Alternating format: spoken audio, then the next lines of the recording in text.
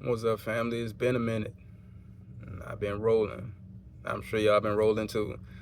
I could do better pumping out these videos, but today I figured I'd come back on and give a little more insight, information, old stuff.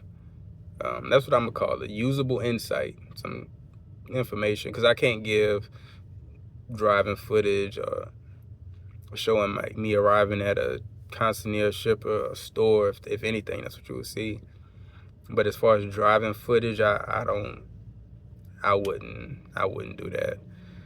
Just because of my company, obviously, and safety. But yeah, I'm just coming to you today to give some insight on why I think Walmart is a comfortable place. I would say a comfortable place to exist as far as a trucker, and the mechanisms put in place to prevent or lower stress as much as possible. I was thinking about it today, and I'm like, that's a good idea for a video. So I went a bit further than quite a bit far off my beaten path, my typical route, which is fine. And I was thinking, I didn't feel an ounce of stress or anxiety. Like, man, I'm looking for this building. I'm driving up the street looking for the address, making sure it's the right entrance and all this type of stuff. I went to a place that I've been to a bunch of times. It's just I hadn't been there in a while. And so it prompted me to think that's one of the many reasons why I'm comfortable just existing and doing my job every day. Like a bunch of other Walmart drivers, I'm sure. But today I went to Brookhaven, DC. Hadn't been there in years. Went there today though, and what I was thinking about was I know my route, I know how to get there, I know the streets, the where to turn at and the entrance and all that type of stuff. But I was thinking back to my prior days before, where I would get a new pre-assignment and it'll be a place I've never seen, never heard of. So instantly the stress just start to build up. You don't know what this place is like. You don't know what the turn is like right before you get there. You don't know how the people are. What I like about Walmart, and I always say, it's more than just pay, and the pay come in many different forms. For me personally, I'm gonna just speak for myself, and stress reduction is one of them for me. Lack of stress, say there, lack of stress. Every job has a stress, but this is by far the least amount of stress I've experienced in trucking. And we all know there's no shortage of stress in this industry. But yeah, and respect. Respect is a thing that, if you've been doing this for any amount of time, you know how easily it can be to be disrespected out here or not taken seriously. And that's for the most part that's not a thing here from my personal experience. So yeah, I was just thinking about back to my prior days. I would get a pre-assignment. I'm all over the place. Get a pre-assignment and not know what to expect, who to expect, how to get there, what if it's some unforeseen construction, maybe the lane is closed. You never know. What I like about Walmart is that when you build a routine, you start going to these different DCs, right? What I like about it is it's uniform. When I say that, I mean the process and the procedures are uniform. So what you would do, excuse me, what you would do, say in Buckeye, Arizona, and you go over to, let's say, Florida, the check-in procedure, checkout for a Walmart driver is going to be the same across the board. So you don't have to go up from the top of the country to the bottom, from LA to Florida. You go into a DC, it's going to be the same process every time. It may be some different, procedures if you go to e-com, which is what I do.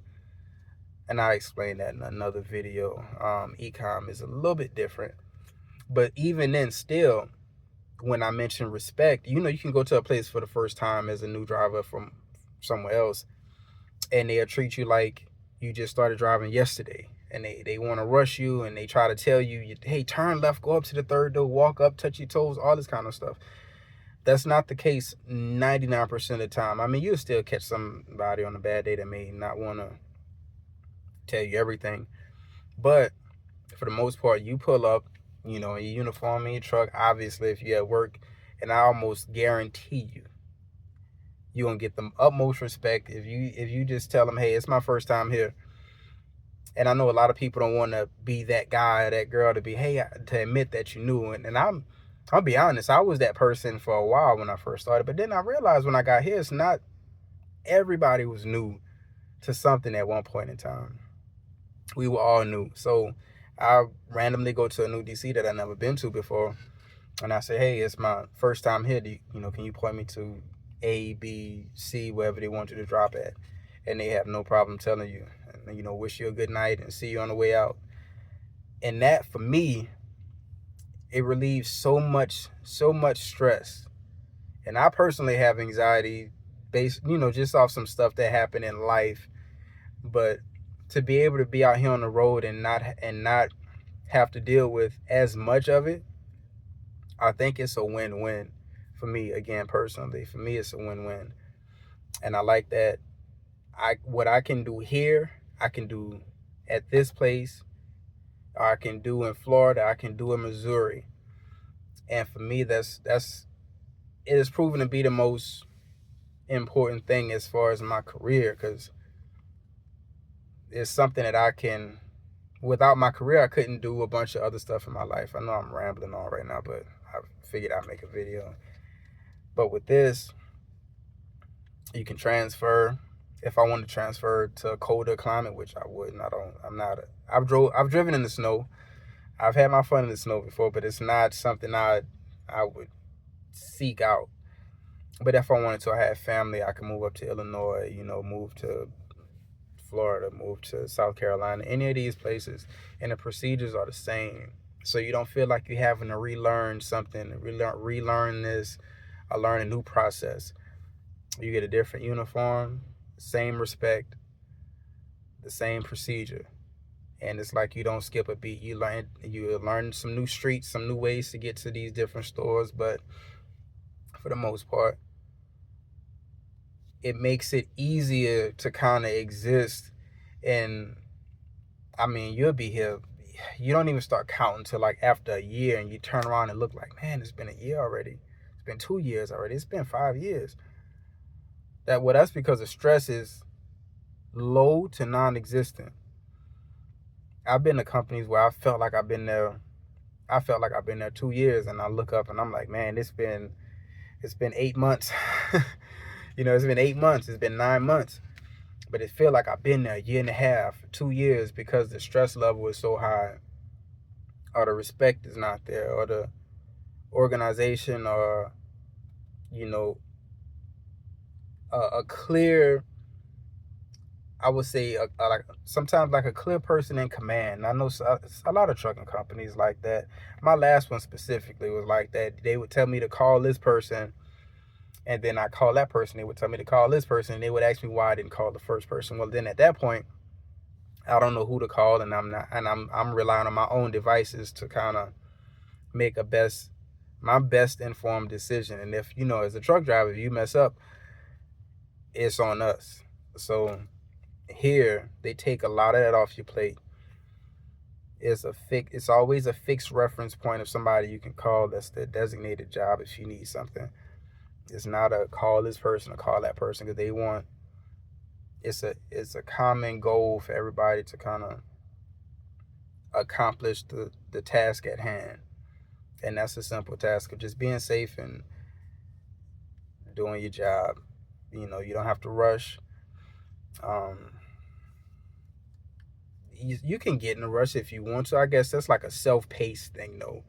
I wouldn't say rushing when you come here. I wouldn't say to get in a rush, but you can get more efficient. That's a better way to say it. You can get more efficient with your processes and procedures. Say, when I first started, I would take my time and look at physically, and you might laugh, but I've messed up before. I would physically take my paper and remember. My trainer was like, remember, did you come from a GM DC?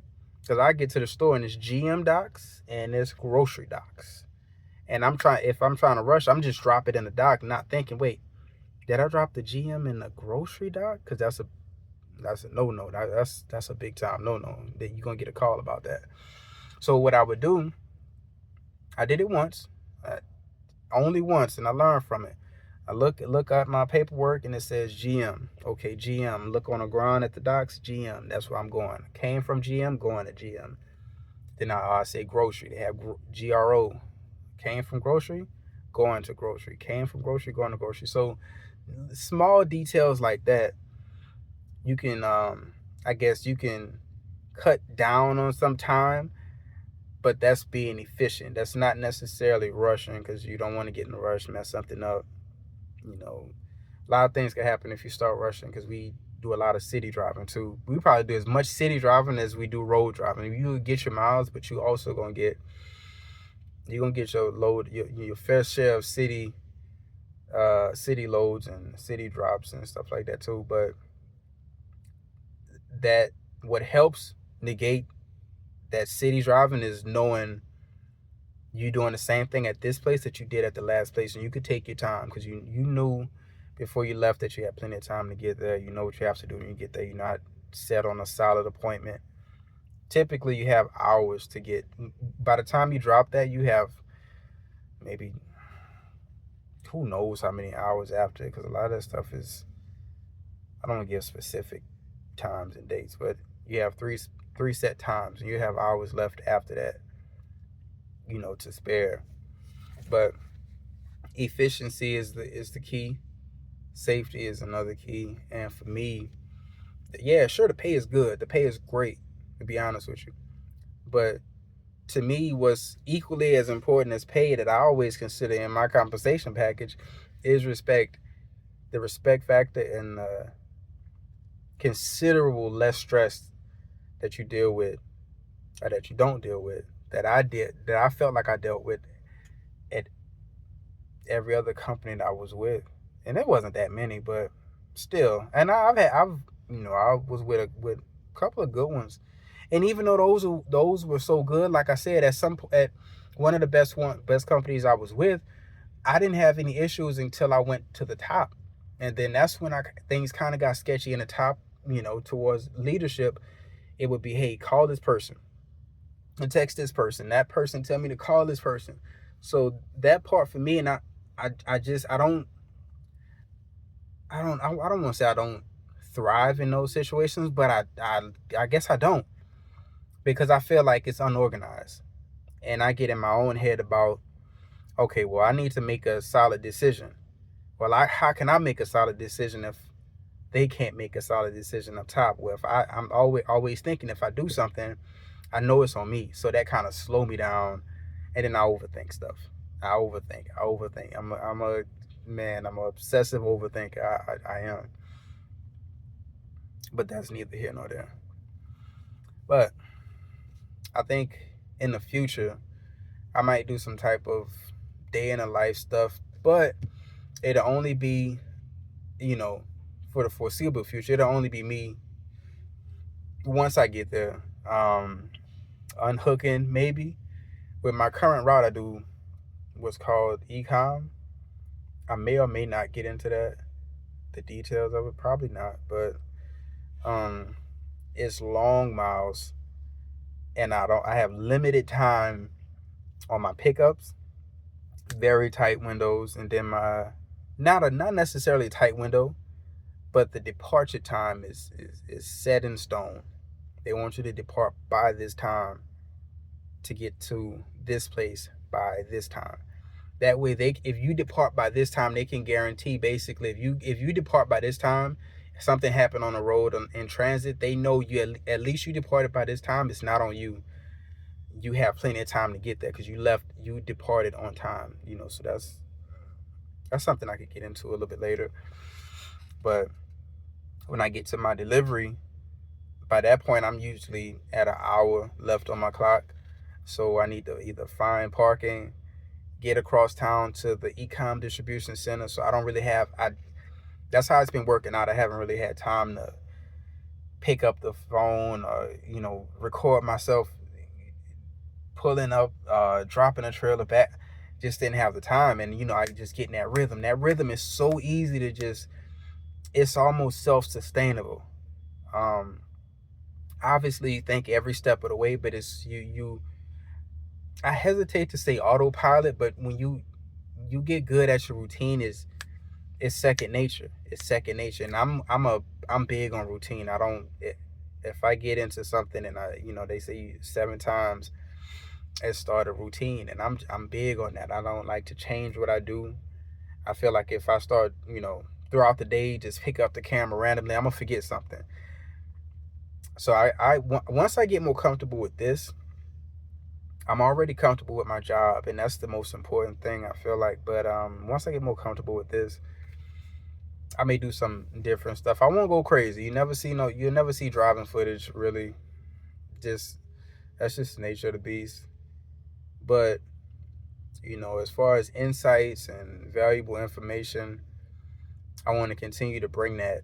And speaking of valuable information, these past few weeks, I know this video getting kind of long, but these past few weeks, what we went through what we call realignment, where we bid on our new routes. What you want to do as far as your days out, what day you want to start your week, what time you want to start your week. Do you want to do this route? Do you want to do grocery? Do you want to do, and that all that stuff comes with seniority. It comes with seniority. I haven't decided if I don't think I'm gonna go into that, but I'm just saying, letting you know to let you know why I wasn't making content. I honestly didn't know if I was gonna be able to keep my route that I'm currently on, because there's guys that been here longer than me. Obviously, if they want what I have, they can bid on it, and it's a seniority thing. If I didn't have it, then I would be a different time out, different day, different tractor. Thank God I was able to keep my truck, keep my route, keep my day out. That's not common, but it happened this time, and I'm thankful. So I'll get more into that in the future. But for now, I'm grateful that I was able to keep it. It's kind of like a weight off my shoulders. I was really stressing about that. Like, man, am I really gonna lose my route?